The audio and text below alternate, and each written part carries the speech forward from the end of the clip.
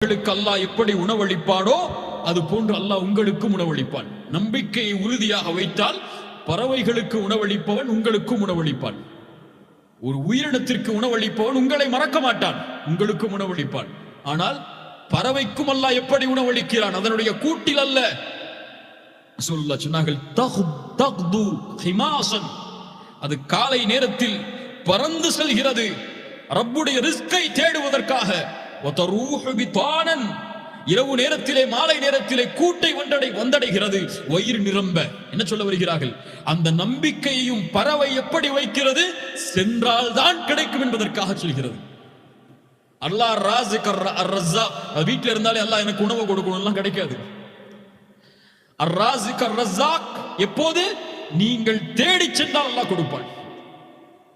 யார் முயற்சி செய்தாலும் அல்லாஹ் கொடுப்பான். இந்த உலகத்தில் இருக்கக்கூடிய பொதுவான ரிஸ்கை